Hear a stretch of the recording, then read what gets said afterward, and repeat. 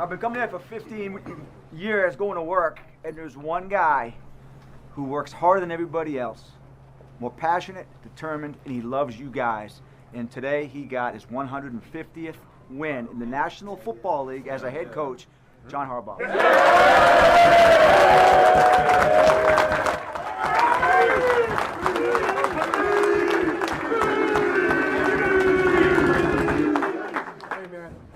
One thing I've learned over every one of these wins, players win games. Players win games, and players win championships. We got everything we need. We got players, we got coaches, we got character, we got heart, we got grit, you name it, we got it. All right? We just got to go take it. 150 wins for John Harbaugh in the regular season now. It's a lot of wins. Hi, Barnes. Hey, Josh. Hey. Well, you really had to do that to start off the fucking show, Joshua? Yes! Because remember the conversation we had last night? We're starting the show positive. We're starting positive. We're going to make the people wait. We're talking about the Ravens first because we're starting positive, and I'm very happy. And then I'm happy for you. I'm happy for you. I'm happy for you. I'm sure you are. I'm happy for you.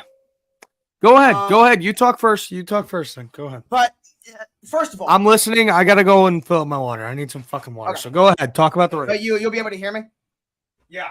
All right, cool. So, the Baltimore Ravens. It's not the fact that we are now 3-1.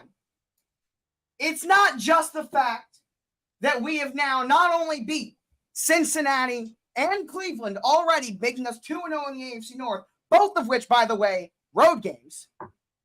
It's not the fact that despite us still leading the league in injuries, at least as of right now, it is not yet caught up to us.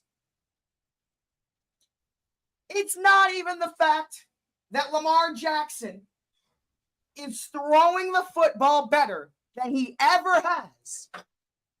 It's the fact that everything I just said is true, not just one.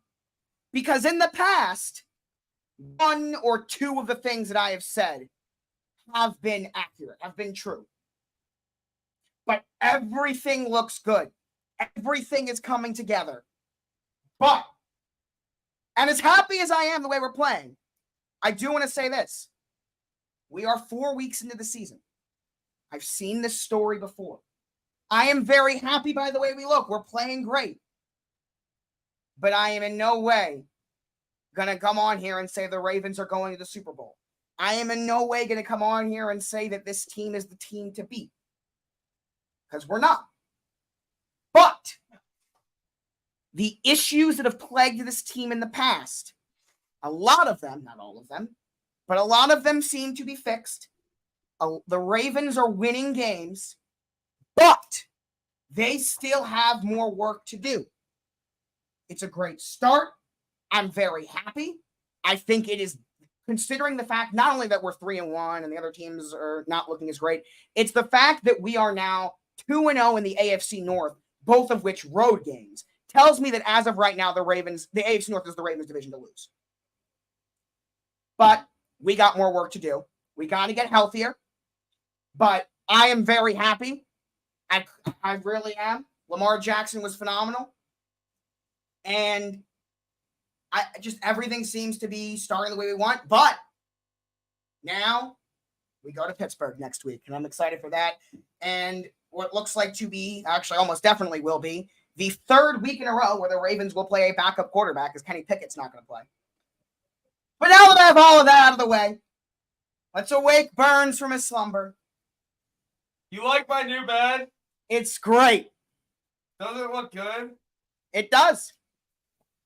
But you know what else looked good, Josh? And you know what? Obviously, you're gonna go first. You can talk, but you know how the way look good. Ended, but I don't think you have to be all very negative here about this Bears game. Yes, I really don't. I want to hear your thoughts, but after watching the highlights, it's not all bad. It really isn't. But go ahead.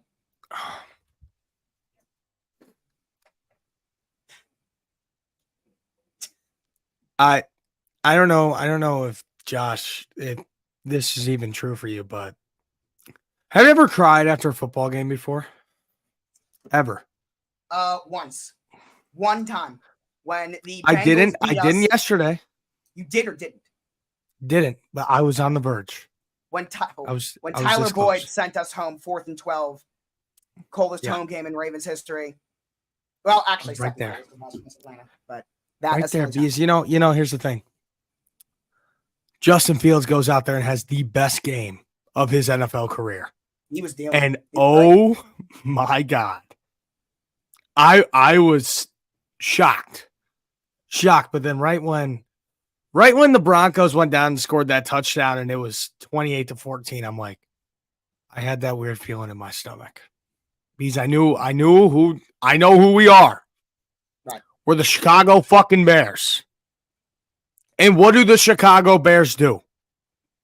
They lose and they blow stupid fucking games that they shouldn't lose. They shouldn't have lost that game. You let down that Chicago Bears defense and Matt Eberflus. It looked like he was on drugs on the sideline after he lost. He was sitting there. He did this like 10 times to his hair. Like I swear to God, look up the video as the clock's going down. I think he was on some fucking drugs trying to just get ready for the shit storm that was coming his way. Because He got grilled today. you let down Justin Fields so bad. So bad. This Yeah. loss is not on him He was whatsoever. great. He The had fumble was bad. The fumble was bad, but what's his name? The interception, the drive should have never happened. Gave up that play. The only really Yeah. bad play that I saw Fields make that I will say fully is on him was the pick at the end of the game. That was on him. That was bad throw. But Other should than he, when he gave the Chicago Bears a 28-7 lead, should he have had to go and have a game-winning drive with 1 minute left? No. He shouldn't have had to throw the football, period. No, he shouldn't have had to. And going for it on 4th and 1, Right move, wrong play call. that's literally what I was about to say. Yep. Everybody in that stadium, everybody watching on TV knew that ball was going to Khalil Herbert up the middle. Right. If he was a smart coach, what he should have done, little read option right there. Justin Fields keeps it right around the outside, first down, and the by game's way, there was a essentially lane over. on that play for Fields to keep it. Yeah, no, 100%. But you can't play I think Fields Justin unless should have that's said, by "Fuck design, this." and that's a fumble. That's a fumble. Justin should have said, "Fuck that," and kept the ball himself. Yep, no, but I'm saying if he did that, then because the obviously the play design was to give it to him. If he says that and he doesn't tell him, then that's a fumble because they're both going to the ball. So that's not on him.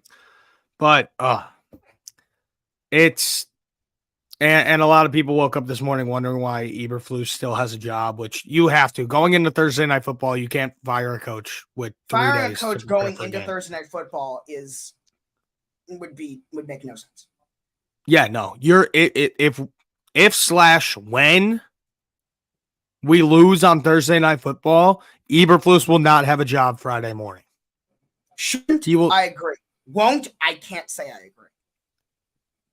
I don't think that he will have a job. I think that he should have been fired after the Kansas City game.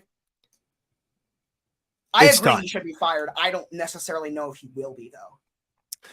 And I see your point there because the Bears have never fired a coach during the season. And it's also Never. still so early in the season. Yeah. And Same, by the way, same thing, same reasoning with Matt Canada. You talk about the Bears not firing coaches. The Steelers really don't fire coaches. Matt Canada should have been gone a long time ago. And we'll get into the Steelers. no, a lot more 100%, when we go through 100%. everything. Yeah. But We'll talk about the Steelers. Matt Canada's not But- going anywhere, at least not yet. Should, but he won't. It just blows my mind how this team looks so much worse than last year. And they got better this offseason. It blows my mind. It's a coaching and organization just failure. Complete, utter failure. Because look, if you won on Sunday, you go into this Commanders game saying, okay, if we win this, we're sitting at 2-3, and we have a game against the Vikings who haven't really produced that much this year. They barely got their first win against Carolina on Sunday. And then you play the Raiders after that, who you could get a win against, and you're like, okay, we could turn this around really fast. Now, No, it's done. Once you're 0-4, your season is 100% done. There's It's only over. been one team, the 94 Chargers. To bounce That's back it. to 0-4. It's done. Because, Over. and it's not Justin Fields' fault. It's not. Not And he proved yesterday. that on Sunday. Not yesterday. A couple games, sure.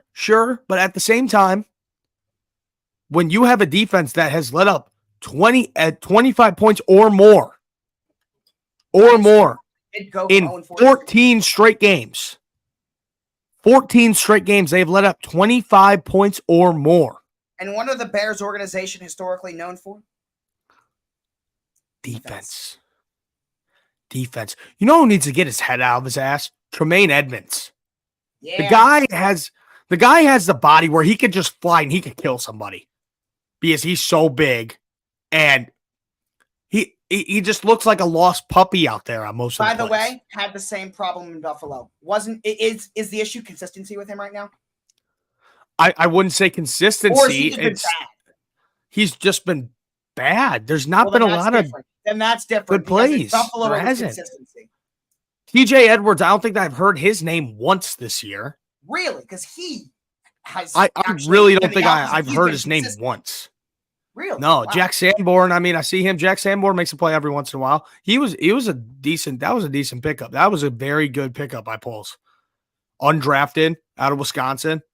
Sanborn's been a beast since he's gotten here. But because look, now you're starting to get to the point where Eddie Jackson's going to come back. Kyler Gordon's going to come back. That will help out the secondary. Because Kyler Gordon broke his fucking hand like And I week think you got a one guy or with week Jaquan 2. Brisker. I really do. I feel like we talk about him every week. You know what his problem is? Injuries. His We've talked only about it. problem is that he plays too physical. Yeah. He'll didn't run play into this any play and he'll hurt himself because didn't play he last week, fucking or yesterday. yeah, he's in every single play, every single one. You see him flying. Oh my god, his roughing the passer on Russell Wilson was so funny. He literally jumped into his face. It was so funny. Because dude, he's just like if there's any Marcus Peters NFL problem. player. Him and Marcus If there's any Peters, NFL player that does Taylor a little Lewan, nose candy Ryan before the Jensen. game, like, dude, Jaquan Brisker, he's juiced up on Pickens. something every That's one time of before he goes up there. Yeah, he is. He's one of those guys. George Pickens, Marcus Peters, Steve Smith, Taylor Lewan, Ryan Jensen. And I Guys love like it. that. I love it. And I hope that Jaquan Brisker is a Bear for a long time. And Tyreek Stevenson, he's been a fucking bum so far, but he's a rookie. He's working it out. But once you get Kyler Gordon and Eddie Jackson back there, that defense, that secondary's fine. You don't need to touch that secondary. Linebackers, they should be able to figure it out. But the one thing that Poles fucked up on You spent is so much money on those linebackers. I sure hope they figure it out. either side of the ball, you build from the trenches back. Either side of the ball. And the trenches on the defensive line are fucking terrible. Terrible. The Bears had their second sack all season. Khalil Mack has had 6 sacks on Sunday, and the Chicago Bears defense as a whole has had 2 all season. 2. That's insane. That's it. It blows my mind. And if things keep going the way they are, because shout out to Ryan Poles, one thing they did right is trading that first overall pick last year. Yeah, right now you're in line for 1 and 2. And that means Caleb Williams and Marvin Harrison Jr. And if the Chicago Bears somehow find a way to fuck that up, they should be an XFL team if you fuck up Caleb Williams and Marvin Harrison Jr. Relegate them. They really should be. I'm excited for that, but at the same time, here's my question. What if Fields looks like he did yesterday the rest of the season? Well, my answer is we'll cross that bridge when we get to it. Because as much as I've liked him for a long time, He needs to do that every week. So long, I need to see more than one game. I need to see him do that every week. I look good. I'm impressed. I'll give him credit. I need to see more. I need to see more than just yesterday. Because it was against Denver, the same defense that allowed 70 points. They allowed 70 points last week. If he doing it against Denver's one thing, let me see it again. Against a better defense. I'm not discrediting him, but I need to see it again. No, I'm with you right there. He needs to do it every week. But every single week. If he does, then yeah. But I'll also say this. If he does, then you will not have the first overall pick. Unless it's Carolina's. If he does it every week. You won't. Which is true, but If he does what he did But yesterday, this you will win defense is 4 so or 5 bad. games. He did all that and we still lost. And we But still that's lost, Josh. That's not, but the way that happened and all that happening, because when you choke a lead like that, everything has to go wrong for that to happen. So with a quarterback playing like that, 9 times out of 10, you're going to wind up winning. So I'm not going to just say, oh, because they wound up losing yesterday, that's going to happen. Like if he plays like that every single week, hypothetically, you're going to finish the year with 4 or 5 wins, which would not be Did you see him after the game? No. He sat on the bench by himself for it was either for 45 minutes or an hour and just sat there. And there's pictures of him. Obviously a lot of players did, but they went into the locker room after. Okay. And he just sat there by himself. That was maybe my biggest takeaway last night from Zach Wilson was seeing all of his teammates rally around him like that. So I was curious if you were saying that did not happen. Because I was about to say and you could see it. There were tears flowing down his face. He just couldn't believe it. He couldn't believe it. And I feel so bad for him. Yeah. So bad. Do you know how big that would have been for that kid if they won that game? Not just for the team, for his confidence. His confidence, 100%. But I think that this week, that's what the Bears need to hammer into him these next 3 days, is saying, look, you did an incredible job, and if you do that every week, that will not be the same result. And by the way, do you know who else did a great job yesterday? And I told you not to go too harsh on him through a few weeks. It was Luke Getsy. Minus the 1. No, he and and that's part of the reason why I've been telling you not to be so harsh on him, because he did a great job last year too.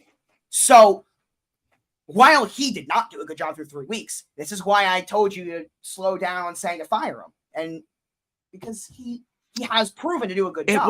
It was sure, but it was bad. It was really, really, really bad the first 3 weeks. Well, my comparison to you is what happened in Baltimore with Greg Roman.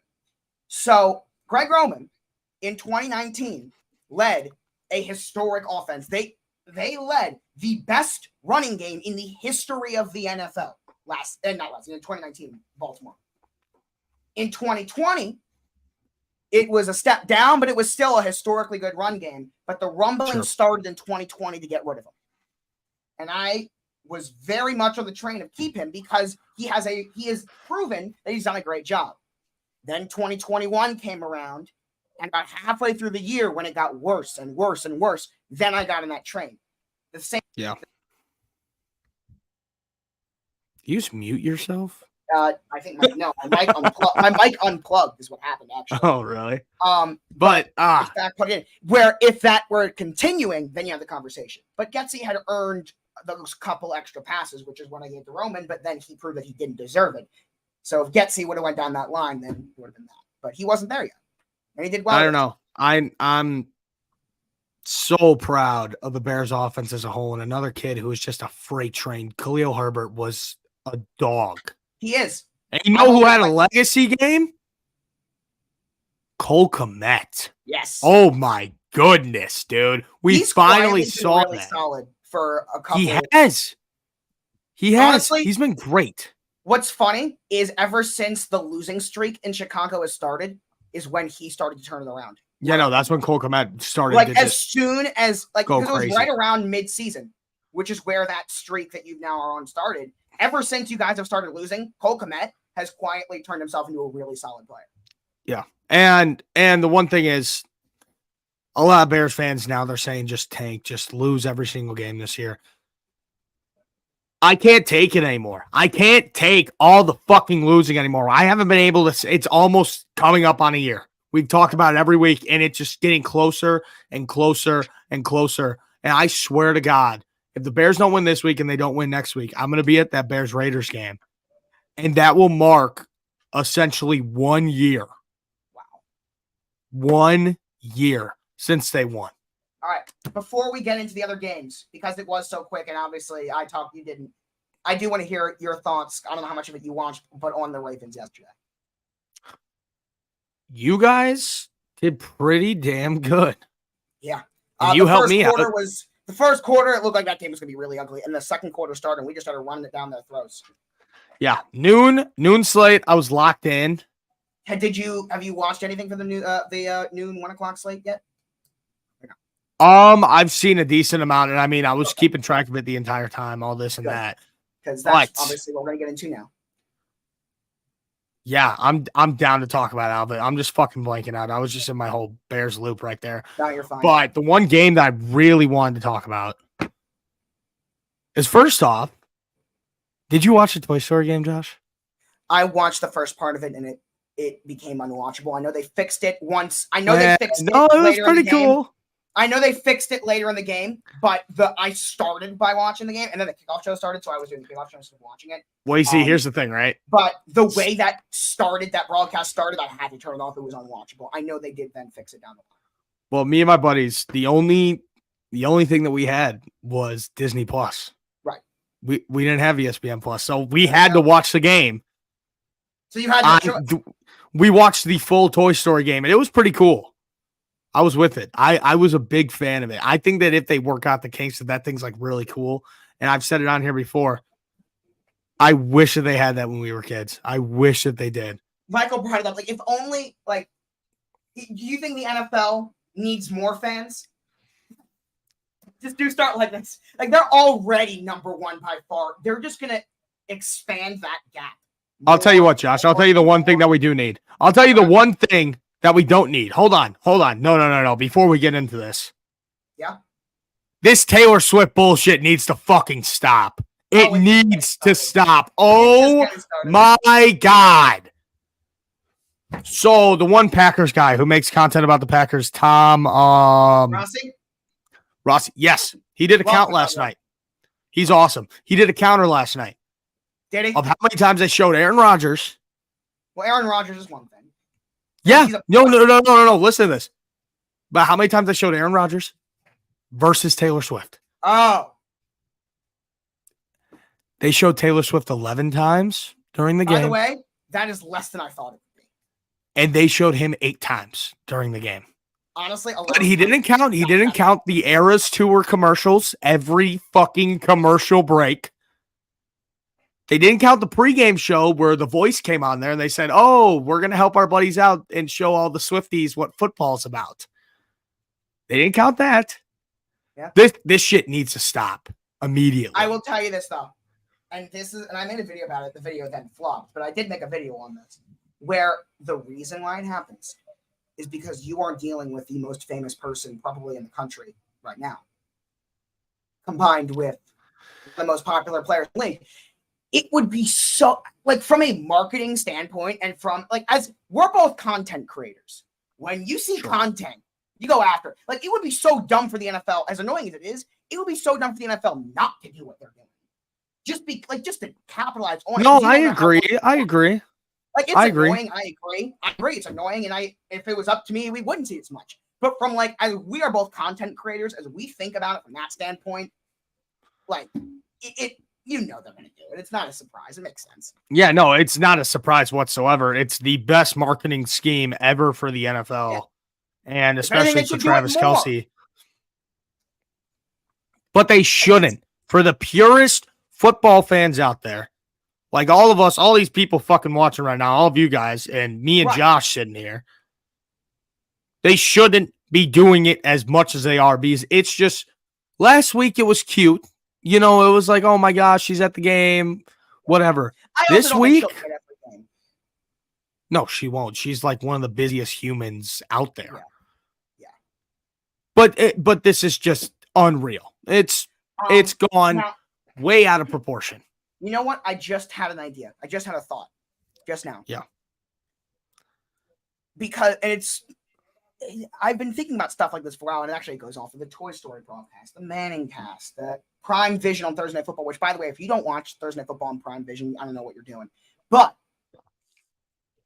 I think the future is multiple broadcasts. For football purists, as to use what you said, we don't need that. We just want to watch the game.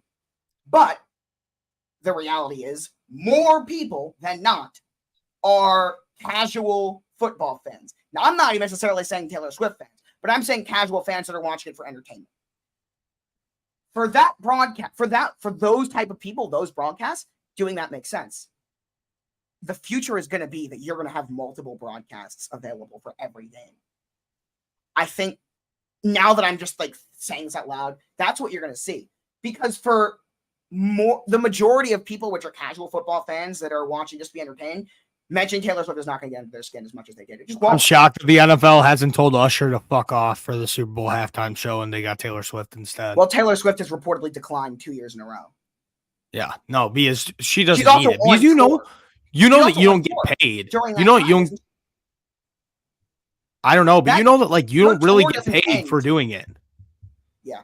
You know these artists like they don't get paid for doing the Super Bowl halftime show. No, they do it for publicity, which Taylor Swift obviously which makes a lot of fucking sense, and they make a lot of money. Which Taylor Swift does not need any publicity. I agree, but the NFL, I mean, right now, I'd say, hey, we'll cancel Usher right now, and I would fucking beg her to do it because that would be huge. Not only that, whether you like her or not, everything you hear from that tour is that she's a hell of a performer, so you know she'll put on a great show. No, she is. My sister. I know Swifty. I know a Swifty standpoint from my sister because she saw her in Chicago and then saved a lot of money to fly to New York and see her in New York as well. Because everyone, whether they're fans of her or not, has pretty much unanimously talked about how great of a show she puts on. So yeah. All right, she does. We are about half an hour into the show. Yeah, but fuck this whole Taylor Swift thing. It's fucking dumb. Let's go. All right. I'm taking a victory lap. Good call. What do you want to say about the Saints? I don't know how much just an all-out bad performance. You see how different this team is when they don't have Derek Carr in the game? You see how much of a game changer he is? He played. Oh, he did play? I did not watch this game. That is my fault. I thought that he was out. But just in general, even against the fucking Packers last week. Wow. Now, obviously, he was not fully healthy, considering that there was not a thought that he was going to play until Saturday late night. But he did.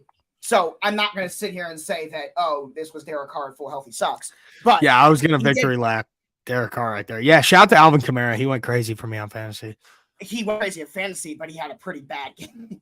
In fact, he had the 13 catches for 33 yards. That is the least amount of yards in NFL history for a guy with 10 plus catches in a game. Makes sense, dude. I mean, dude, the Bucs defense is good. Yards. Yeah. The Bucs defense has always been pretty decent. And you know, part of what I was saying about Tampa was that I felt like it wasn't just they were going to win a weak division. I felt like they were actually pretty solid.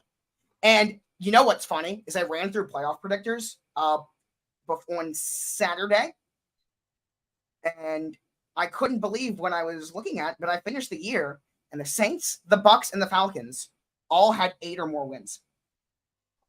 Yeah. Like, everyone somehow, this is such a terrible division.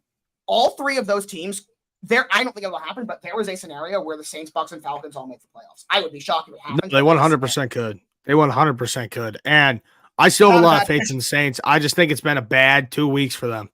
Bad 2 weeks. You need to get Carr 100% healthy, and this team will be fine. Yeah, I agree. Agreed. Yeah. All right, let's move on. Can we talk about the game of the week, please? Can we talk about the game of the week? Which game? Give me the Buffalo game. Buffalo, baby. Let me talk about this real quick. Josh Allen owns that team, man. Dude, I saw so many people. You know what? The craziest part is there were so many people that I saw, at least, that were all over Buffalo, including myself going into this game. I was all over Buffalo. I was like, fuck yeah, they're going to go in there and kick some ass. And I am so happy. By the way, ended this way. Real quick, here's the pick'em leaderboard. Wow, you had a really good week. A lot of greens. I did. I had an amazing week. I'm realizing I did not put this one in yet. But I did a pretty good week too. Yeah, this is one of the best weeks I've ever had, actually, in 4 years. No, this has been good, and I'm hoping to add on to it tonight. But looking at this, the thing is, the Dolphins needed this loss. They needed it. Because after they got beat up I mean, after they beat up the fucking Broncos last week and dropped 70 points on their heads, their egos were all the way through the sky. I mean, Regardless if they showed it on cameras, regardless if they didn't, that's how a football team is. That's how any sport is. If you go in there and you kick the shit out of somebody like that, you are above the moon and you think that you're going to the Super Bowl or the championship no matter what, and nothing can stop you. Yep. So they needed this. Yep. Miami will bounce back. Yeah, they'll be fine. And you know what? The conversations about best defenses in football this year have been San Francisco, Cleveland. Buffalo might not only is Buffalo in the conversation at the top of the list. They've been incredible this season. They had 9 sacks and 4 picks on Washington, and then they held Miami up to 20. That's back-to-back weeks. Buffalo has one of the best defenses in football. That said, losing Trey White is huge, and that is huge. J.K. Dobbins-esque type of like just arc that he is on right now, where he tore Hey, his DeMar ACL. Hamlin played. What? DeMar Hamlin played. He played on special teams, yeah. Yeah. I saw a really bad meme about the Toy Story game Taylor and Rapp, DeMar Hamlin. started. I think that you could put the 2 and 2 together, the Toy Story game and DeMar Hamlin. I saw a really bad meme about that. I mean it was bad, but it was pretty wild.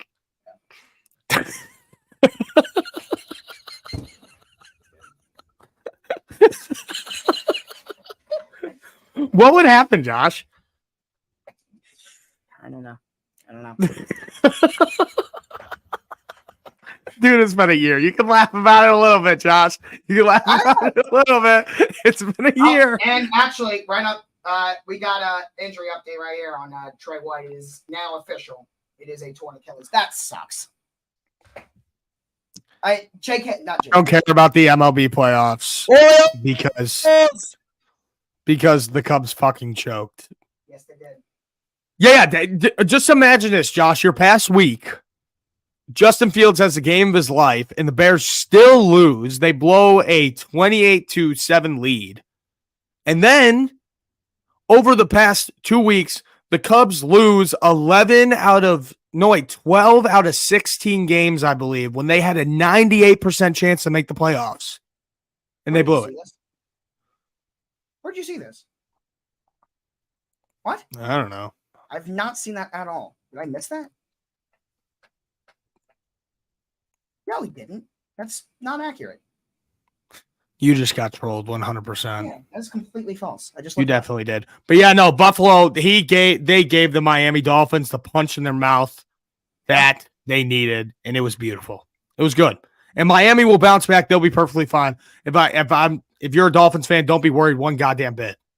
Speaking of a Dolphins fan. Yo, what's up? Burns. What's up, Beast? Burns. How you doing? You know what? Listen. Not good. Look, Justin Fields, as an epileptic person to an epileptic person, I love Justin Fields, right? The potential is there. Matt Eberflus, or whatever his name is not the answer. The defensive coordinator, clearly not either. The Bears need to get everything. They need the first and second overall pick traded for Tua Tagovailoa. I'm messing with you. Nah, but no, I was about to say, what the fuck are we talking about? Listen, I thought it was going to be a closer game. The Dolphins. Yeah. I fucked yesterday. Pardon my language. We got. Dude, hey, listen. I was just saying that's okay though. That's okay. Miami needed a punch in the mouth. They needed one. Now you're gonna go into next week. Who do you guys play next week? So the next 2 games, because our first 3 games were on the road, surprisingly. Our next 2 games are both at home against the Panthers and the Giants. Oh. You should destroy both of them, and you probably will. Hopefully, Teron Armstead just got injured again. Yeah, he's out for a few weeks. I saw that. But you guys will be more than okay. Yes. 100%. All right. Yeah. Yeah. 100%. Look at Chicago Bears 2020 something Super Bowl winners. Thank you. All I'm going to say is this. Fields played out of his mind for the first. He did. For the first 3 quarters, he looked untouchable pretty much. That's the feel. I mean, granted, the Broncos defense isn't one of the best. I'll be right out there. granted, the Broncos defense isn't why, the best defense as it was last year. Vance Joseph is definitely taking that unit a step back. He needs to get fired. Very, very far for some reason. They were one of the best defenses in football last year, and they did not lose very many pieces except for their DC. No, after Bradley took, the defense was still good, so it's not like they had a top 3 defense in football last year, and his coaching. And now they lose a Giro Evero, get Vance Joseph, they're the worst in the league, and they're on pace to be one of the worst ever. Exactly. So granted, it was the Broncos, but how much struggling the Bears are right now. The fact that he was still playing lights out, and it wasn't like oddball. That was consistent ball up until the end. So it's just it comes down to coaching. Yep. It comes down to coaching. And the offensive line. I was never a fan, to be honest with you. I was never a fan of the Chase Claypool trade to begin with. I thought giving up the 32nd overall pick, granted, it was technically a second because the Dolphins love to cheat, but I thought giving up a second round pick, pretty much a first for this guy right here, was insane. I never thought. No, it was. I agree. It's we just gotta move on now. We gotta too get much. Some more games. We gotta get to some more All right, games. let's go. Let's go. All right, it's been real, y'all. We're gonna get you on. Thank you, boss. All right, bet. Okay. We're gonna move on to let's do Yep, attaboy. That's what I was about to say. Wow. Just Which one's that one? this sucks. Oh no, it doesn't. It's beautiful. Listen, I'll be the first one to say I've been a huge believer in Nico Collins. He's a dog. He is a certified dog. People are sleeping on the Texans, all right? CJ Stroud, offensive rookie of the year. D'Amico Ryans, he's got his groove. You know who's really worrying me though? Huh. The Jaguars. Yeah. They look good yesterday though. I know, but This should be a game, the Pittsburgh Steelers, so disappointed. So disappointed. Have we gotten the MRI back about Kenny Pickett yet? Not season ending. Not season ending. Okay. I can't believe that the Texans just whooped the shit out of the Pittsburgh Steelers. It blows my mind. Yeah. We're going to wait until Kenny Pickett gets healthy in the interest of respect. But it is time to have the conversation about Kenny Pickett because he is honestly, in all of his time, I have been impressed by him as a player once. And it was against the Ravens. No, it was against the Ravens on that Sunday night game. He balled out. Other than that, Kenny Pickett did to play a good game, and we will have that conversation once he gets back out of respect. I want to do a foot race with Najee Harris. I think I got a chance against him. But I don't know. This just blows my goddamn mind. All right, and see you, Burns. Sorry. See ya. That's really rough, man. Love no. I can't believe that this is a real game. I can't believe it. This is the most Steelers thing of all time, though. It really is. It is, but at the same time, you let CJ Stroud do that to you? In fairness, CJ Stroud has now done that to everyone except for Baltimore, where he didn't even play bad against us, but he's now played 3 straight games. I got you, but with that good of a defense, you let CJ Stroud go in there and do this? I was blown away. This is not confirmed. He is going to be out for a little. This has not been confirmed that season ending because I've been checking on that. But I really got no words because that was just blew my damn mind. Steelers need to figure it out, man. Matt Canada. Steelers need to figure it out. In fact, let's take a look here at Steelers drives here in this game. All right. The Pittsburgh Steelers, their drives are ending. Pittsburgh 32, Pittsburgh 27, Pittsburgh 23, Pittsburgh 49, Pittsburgh 40. They got the 17, the 5-33. They only crossed midfield 4 times. And they got, I mean, look at this. Look at these drives. Look at what unreal.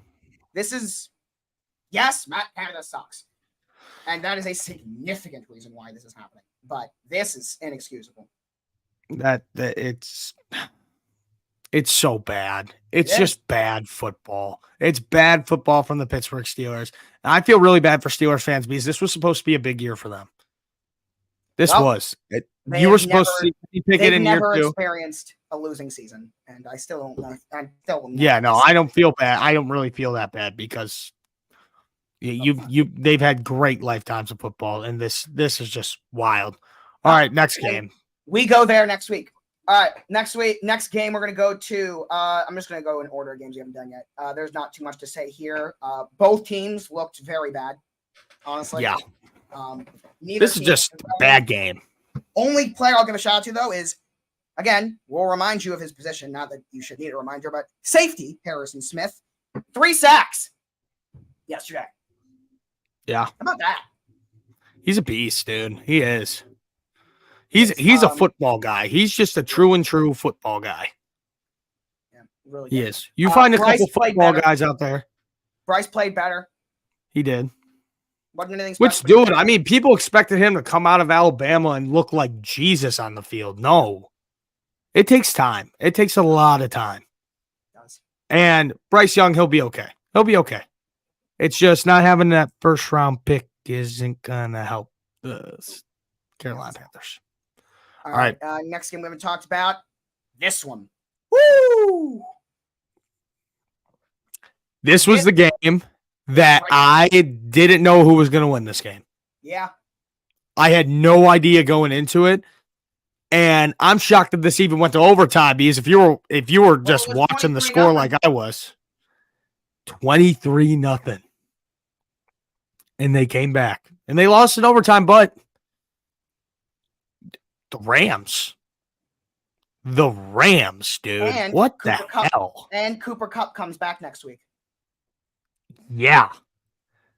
Now, here's the question with how good Puka Nacua is playing. Yep, that's what I was going to get into, and this is the chat right here. You got to start Kupp over him, right? You got to put him at 2. They play at different places. So, Cooper Kupp plays in the slot. Nacua plays out wide. That is true. Yep. So that is true. Nothing is going to change. The only real difference is that you're going to see less Van Jefferson, who is their number 3 receiver anyway in terms of production. Yeah. Because Tutu Atwell and Nacua have been the guys that play out wide, and Kupp has been in the slot.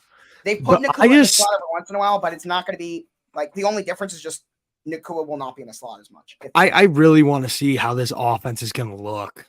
Yeah. With Cooper Kupp out there, that's going to be very intriguing. And I'm shocked that this Rams team is doing what they're doing right now. I thought that they were going to be bad. Really bad this year. Yeah. And every year there's a couple teams that surprise you out of nowhere in the NFL. It happens every season.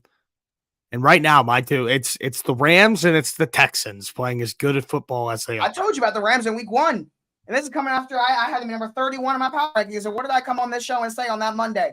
Yep, there was the one. I told you there were 2 teams in week 1 that I was not going to give a pass to in terms of one was better than I thought and one is worse than I thought. Both of them looked pretty accurate in terms of the Giants.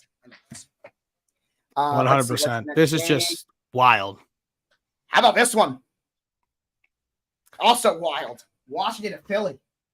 Scares me for Thursday. It scares me for Thursday because the Commanders, they put up a dog fight with Philly. They almost took away this game. They did. They almost did. They should have, but I mean, at the same time, when you're playing the Philadelphia Eagles, I don't like them kicking the extra point at all at the end of regulation. I think that was. They should have went for 2, just win or lose right there. Yes. I agree. Absolutely. When you're playing this good of a team, you go for 2. Either you win right there or you lose right there. Yeah. Now, Ron Rivera said that the reason why is because they were gassed and he felt like they were tired. But to me, almost that feels like an even better reason to do it because then you don't have to put them out there for overtime. Yeah. Like, I get your. You could end the game right there. They might not get it. But if they're so tired, then that means what you're telling your team is one more play and that's all we need out of you. Instead of let's go out there and win in overtime. Yeah, this was definitely a wild one. And Philly, they're not dominating. They're not dominating. But they're still 4-0.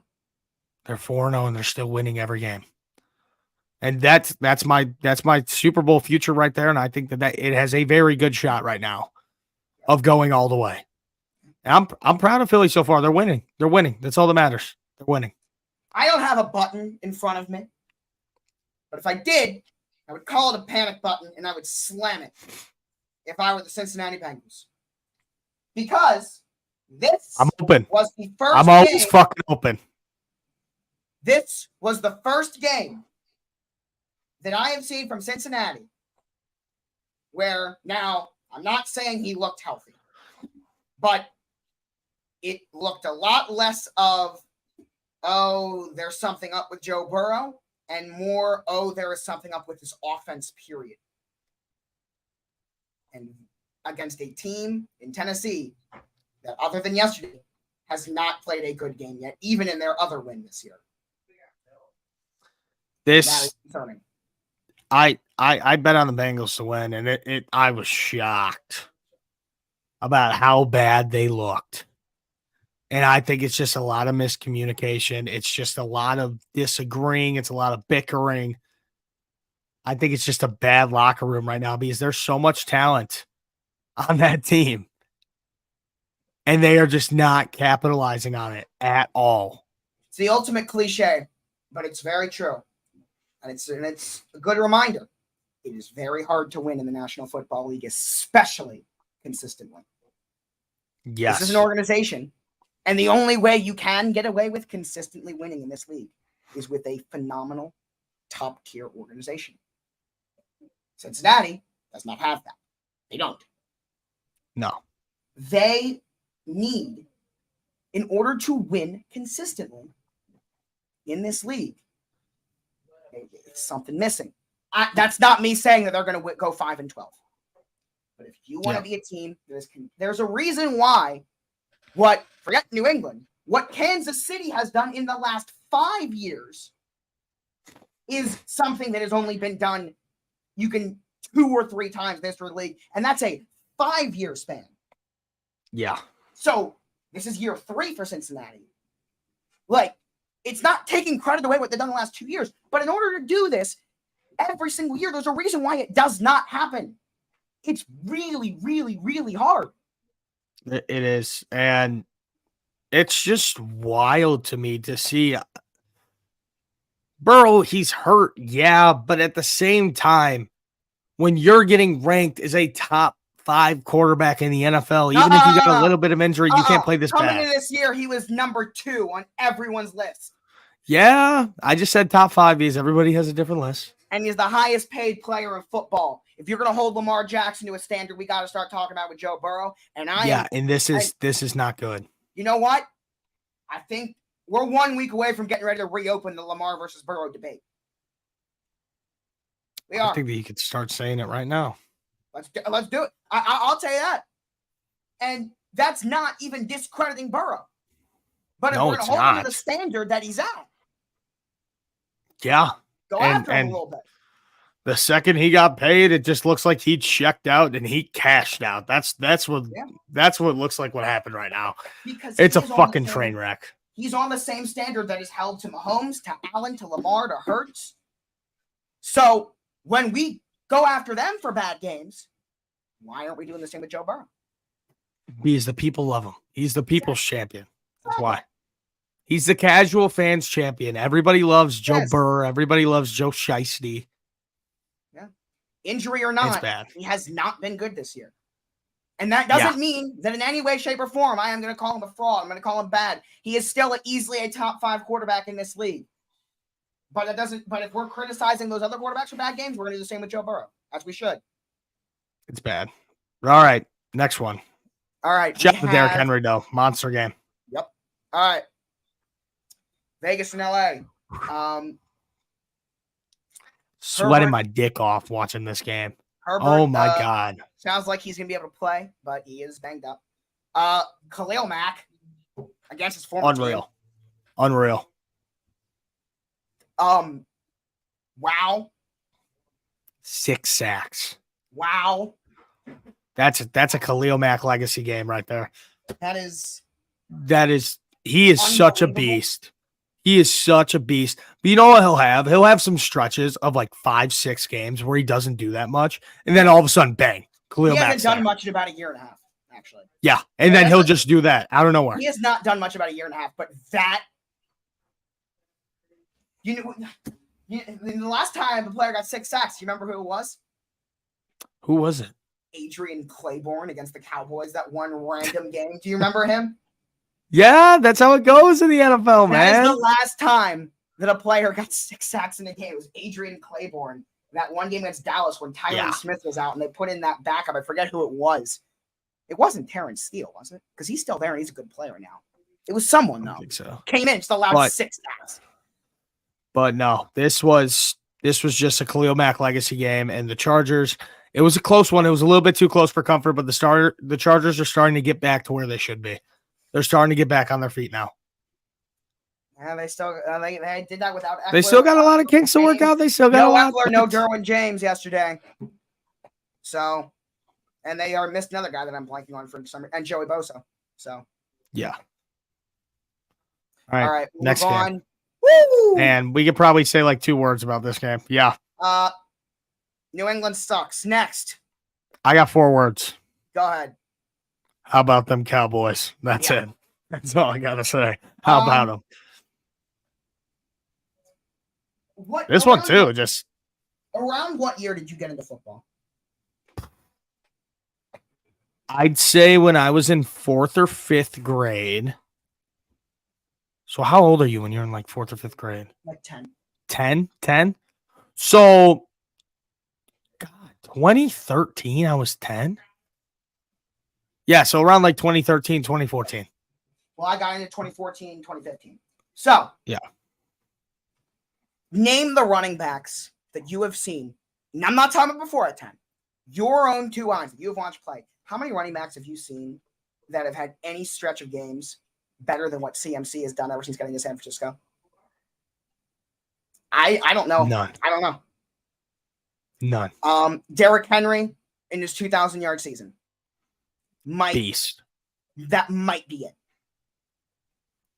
Matt Forte, legend. Legend. I had to throw it in there, dude. Everybody forgets about him. Yeah.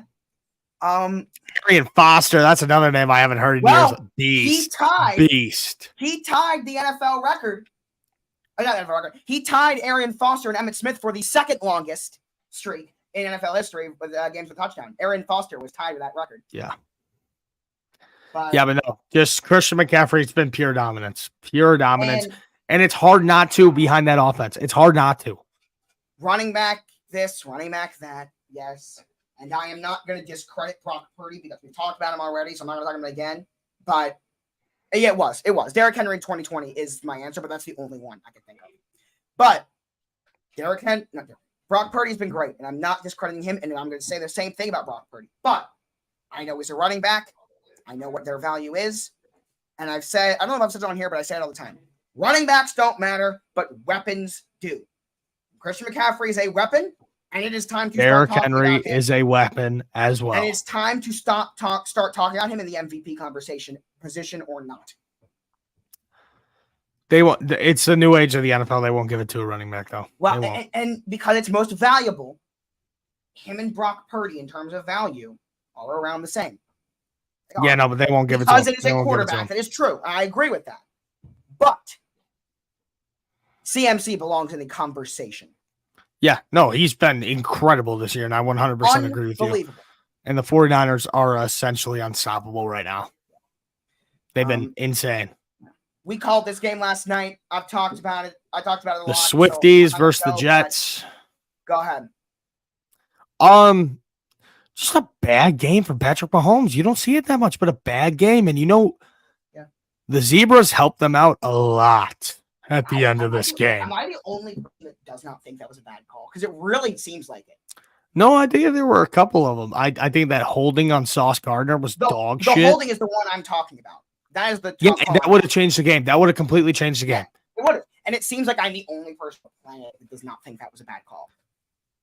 They were hand fighting. You can't call that. In that meaningful moment, and when the ref saw the ball get fucking picked off, you can't throw that flag. You can't change the game like that. They threw it before he picked it. The flag was thrown before the pick. The flag was in the air leaving his hand, but still, you can't throw that fucking flag. You can't throw that flag. With the flag had nothing to do with the fact that the ball was picked. The flag was already being thrown. But the flag changed the entire play. Hold on. Yes. But I'm saying it wasn't a penalty because it was a pick.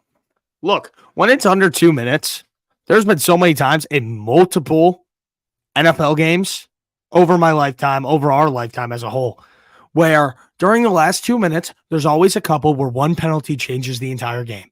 Right. That was it right there. And it did. That was it right there. During those 2 minutes on a tic-tacky call like that, because that's what it was. I'm not going to say it was like an obvious call that you don't call it. Like, you don't throw that flag. If they don't throw that flag, I'm not coming on here and saying that the Jets got screwed.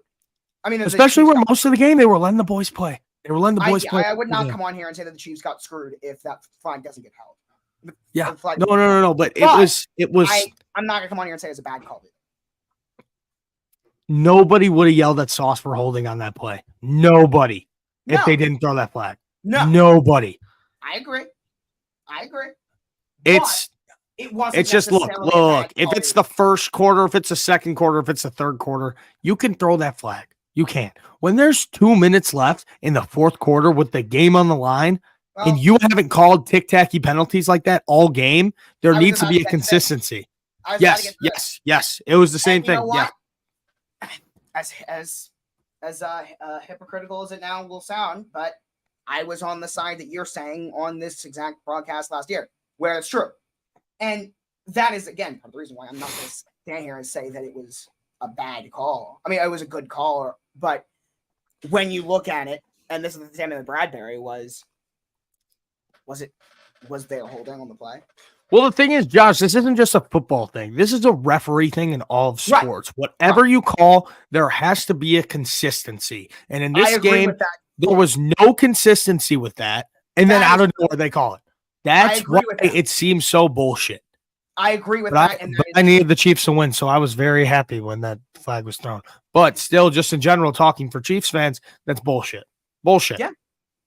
Sure. And that's all I really got to say about this game. And we're near the end. Are you ready for Monday Night Football? Yeah. We definitely got to move here. But we kind of ran through those games a little quickly. But because we still have one more game that you need to pick. Are the Giants still favored? No. Because they were. No, they're not. They shouldn't be, but at one point they were. No, they're not. But this week, at one point they were. Me, Michael, and the fans all went with Seattle. Me, Michael, and the fans all went with Seattle. Jamal Adams is back. Really? Fuck no. Do you know me, Josh? Do you fucking know me? I hate the New York Giants. I hate them so much. And I have a Nukenheimer on this game. Like an absolute fucking nuke job on the Seahawks to win this game. Because the Seahawks are going to dominate the Giants tonight. I got the Seahawks minus 1.5. Geno Smith over 1.5 passing touchdowns. The under. And then I just have a nuke job on Seahawks money line because I think that they are going to dominate this game. It will not be close. It's the Seahawks all day long. If you are not on the Seahawks train, it's that free. And the final score that I'll give to you.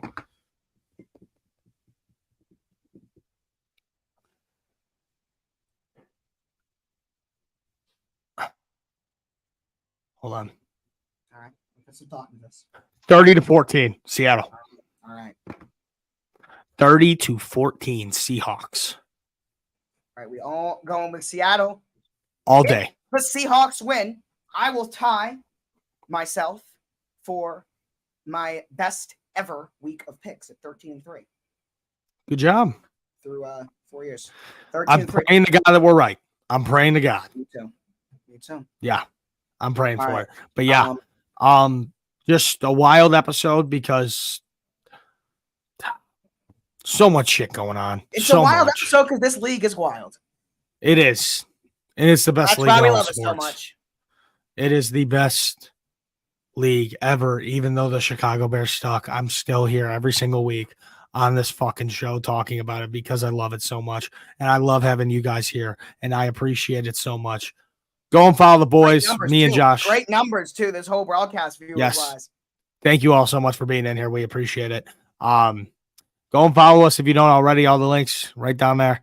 But I appreciate it so much. So does Joshua, of course. Yes, I do. And we'll see you guys Wednesday. Talk about Monday Night Football. Preview the Chicago Bears playing on Thursday Night Football. And also just talk about the NFL in general. We got a lot of shit to talk about Wednesday. Oh, yeah. You ready, Josh? Absolutely. All right. See you guys there Wednesday. Deuces, boys. Thank you.